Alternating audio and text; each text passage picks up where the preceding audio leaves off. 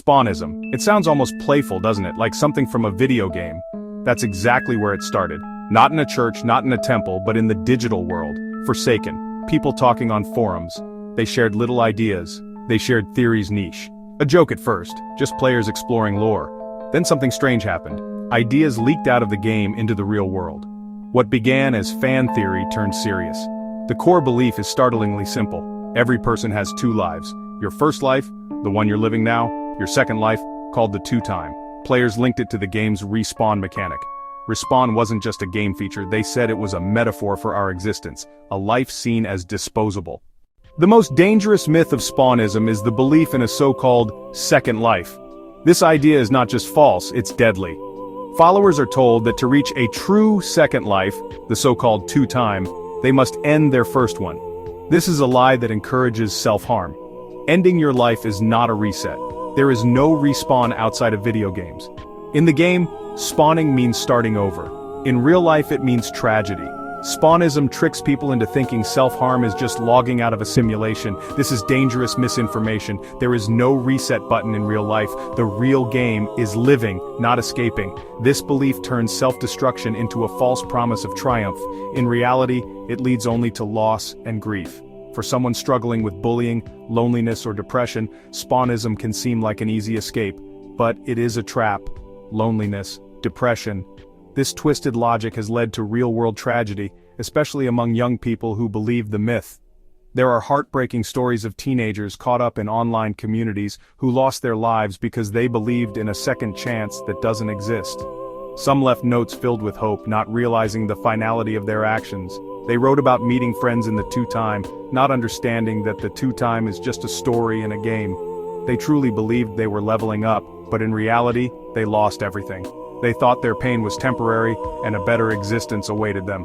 These are not isolated incidents. This is a pattern, a tragic result of mistaking a digital fantasy for reality.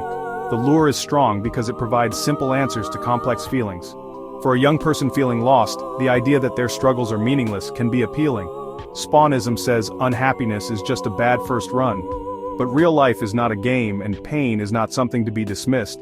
It promises a do-over, a fresh start. It preys on the human desire for a second chance.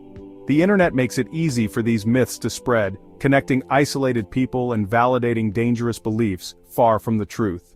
Parents, teachers, and friends, be alert. Spawnism is not a path to a better life, it's a dangerous deception. Spawnism thrives on the internet. It exists almost entirely within digital spaces, making it incredibly difficult to confront directly. Social media platforms, anonymous forums. Here, believers can find each other easily. They form closed groups, private chats where their ideas are never challenged. Inside these digital echo chambers, the belief in the two-time is reinforced over and over again. Anyone who expresses doubt or questions the logic is immediately shouted down, blocked, or labeled as someone who doesn't get it. This creates a powerful sense of community and belonging for people who might feel isolated in their offline lives. The people defending Spawnism online are often very aggressive. They see themselves as guardians of a secret truth.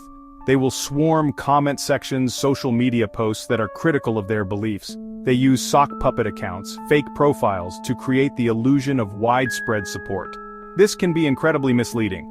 A handful of dedicated individuals can make it seem like a massive movement is defending these ideas. For a curious young person stumbling upon this, it can look like a legitimate debate with two equal sides. The creators of the game Forsaken have been very clear. They have repeatedly and publicly stated this. Spawnism is a complete misinterpretation of their work.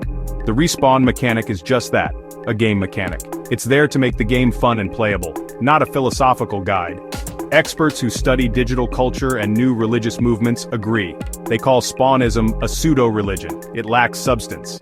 It lacks history. It lacks theological grounding. The evidence against Spawnism is overwhelming. There is no proof of a two-time, only tragic stories of people who were deceived. Testimony from mental health professionals treating obsessed young people. Clear, unambiguous statements from Forsaken's creators. The case is closed. Spawnism is fake.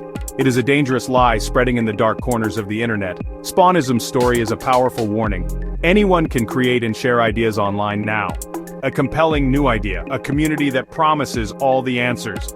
We have to be critical, We must ask questions. Who is telling me this? What is their evidence? Does this make sense in the real world? Teach ourselves, teach our children, to think critically about what we see online. Protecting ourselves and loved ones comes down to promoting critical thinking and open communication.